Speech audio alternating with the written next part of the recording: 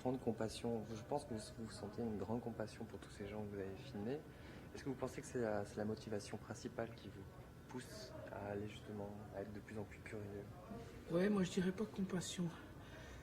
Moi j'ai découvert une petite, enfin sur une partie des personnes que j'ai filmées, plutôt une résilience. C'est-à-dire, ils sont désespérés, c'est des sans avenir, quoi. Ils sont désespérés, ils font conneries sur conneries.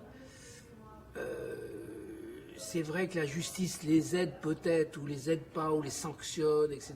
Parce que la société est comme ça, la démocratie est comme ça, c'est-à-dire on sanctionne. Bon, c'est vrai qu'on sanctionne moins qu'avant. L'autre jour, je lisais un article sur Cayenne. Et il disait qu'à la 4e condamnation, on envoyait les gens à Cayenne. Alors, vous imaginez que dans mon film, j'en aurais 2 qui partiraient sur Cayenne. Donc les choses sont quand même un peu ouvertes.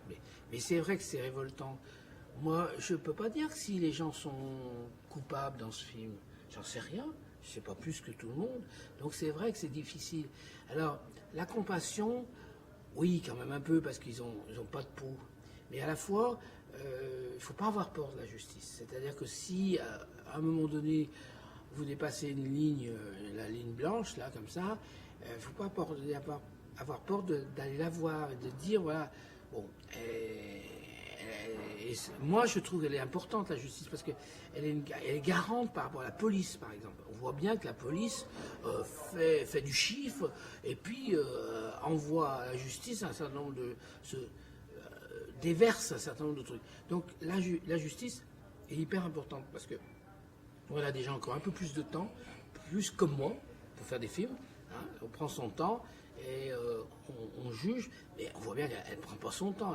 Elle est débordée, elle travaille dans la nuit, il n'y a plus d'avocats, il n'y a plus rien, on ne sait pas bien. Ils prennent pour parole contente la parole de la police. On se demande si la police n'a pas des intérêts, comme ça. Bon, voilà.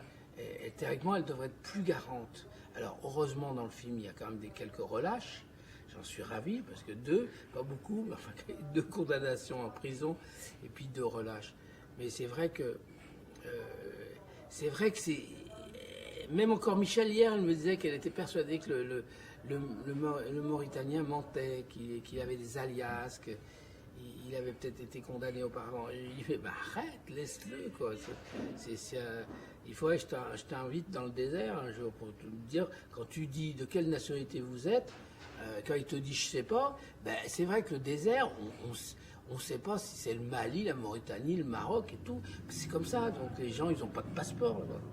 Donc il y a encore quand même des réalités du monde qui viennent là. Et qui viennent parce que les gens du sud montent vers le nord pour chercher du travail.